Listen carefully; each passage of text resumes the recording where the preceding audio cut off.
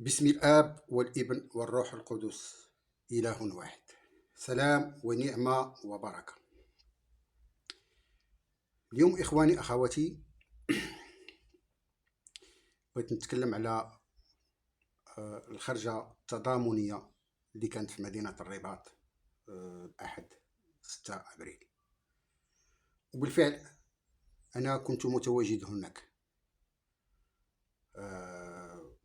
الغيرة ديالي على الإخوان ديالي في غزة، الغيرة ديالي على الفلسطينيين كمغربي، خارج يعني النطاق على العقيدة أو الدافع ديالي. أنا كمسيحي مغربي كان دافع إنساني، نخرج ونشارك في هذه التظاهرة ونساند الشعب الفلسطيني على المحنة ديالو وعلى جميع المآسي اللي تعيشها، وفي نفس الوقت أدين العدوان الصهيوني اللي تيقتل الأطفال والنساء بدون رحمة. هذه المسألة هذه لا يختلف عليها أي مغربي من طنجة للكويرة. وكما رأينا هناك تظاهرات في عدد من المدن، كانت تظاهرات ليلية لمساندة الشعب الفلسطيني. ومرة أخرى كنذكر بأن ما يقوم به المغرب في شخص الملك محمد السادس نصره الله لدعم القضية الفلسطينية ما تيقومش بها عدد من الدول العربية اللي يكتفون بالكلام. نحن في بلدنا المساندة مساندة مادية في الدرجة الأولى، ومساندة معنوية كذلك في التظاهرات، ويعتبر المغرب من الدول الأولى اللي تتخرج في تظاهرات لمساندة الشعب الفلسطيني، وهذا شيء نفتخر به احنا كنا كمغاربة. الشيء الذي قلق الناس وقلق عدد من الجهات في المغرب هو استغلال هذه الخرجة التضامنية للإساءة لليهود المغاربة بصفة عامة. احنا المغرب، باش نذكر جميع الإخوة، التعايش اللي عندنا مع اليهود المغاربة كي تعتبر رسالة للعالم العربي على الأخلاق ديالنا والقيم ديالنا كمغاربة. اليهود المغاربة هم مغاربة أبناء البلد، هذه نقطة لا نقاش فيها. استغلال العدل والإحسان وبعض مكونات التابعة لها يوم الأحد بالهتافات الكراهية ضد المستشار الملك أندري أوزولاي كان ضرب للقيم المغربية.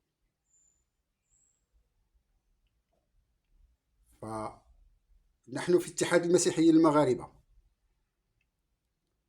بكل أعضائه نتضامن تضامن لا مشروط مع مستشار الملك أندري أوزولاي،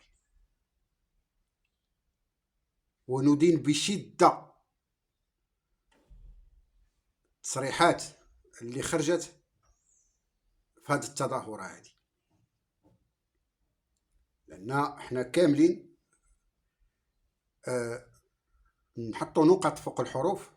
نحن ماشي ضد التظاهرة أو ضد الإخوة اللي التحقوا بديك التظاهرة، ولا ضد النضال ومساندة الشعب الفلسطيني، ولكن احنا ضد الإساءة، ضد استغلال الموقف وتصريف واحد يعني حسابات سياسية في هذا الموقف هذا.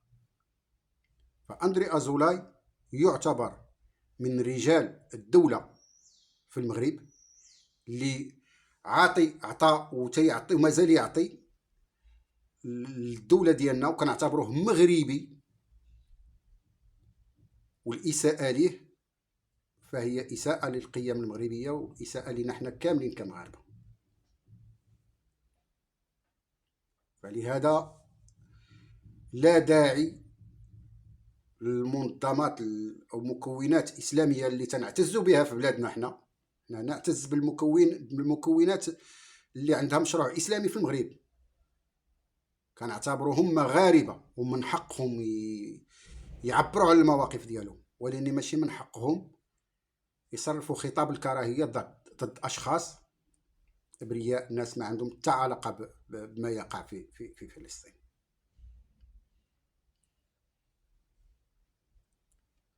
فتضامننا مع السي أندري أزولاي، ونطالب كذلك بالقيادات في هذا، نطالب القيادات في هذه التنظيمات باش تراجع الحسابات ديالها، وبانها الا بقات غاده في هذا الفعل هذا فهي تتولد واحد النوع ديال الكراهيه اللي ما كانش عند المغاربه. نحن لا نكره احد، بخاصيه اليهود المغاربه، بلادهم هذه ووطن ديالهم هذا، وجميع المواقف ديالهم تعبروا عليها، مواقف ديالهم تجاه الملكيه، مواقف ديالهم تجاه الوحده الترابيه ايجابيه كذلك. جميع المواقف ديالهم تثبت بانهم مغاربه وتتمسكوا بالوحده الترابيه ديالهم، تتمسكوا بالملكيه ديالهم، يساندون برنامج التعايش والتسامح الديني في المغرب. المغرب يعتبر يعني نموذج في العالم العربي في التعايش ما بين المسلمين واليهود والمسيحيين.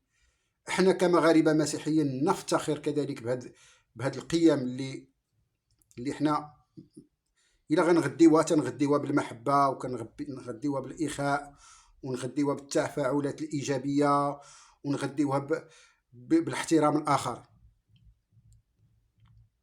فيؤسفني ما قاموا به هاد القياديين، وهذه رساله لهم، وكنشكر جميع الاخوه والاخوات. ربي يبارك لكم حياتكم ويتمجد فيكم، وصلاتي لجميع المغاربه باش الرب يحفظهم وينجيهم ويفتح عليهم ببال البركات ويبعد عليكم كل شر وشبه شر. اخواني اخواتي، ربي يبارك لكم حياتكم.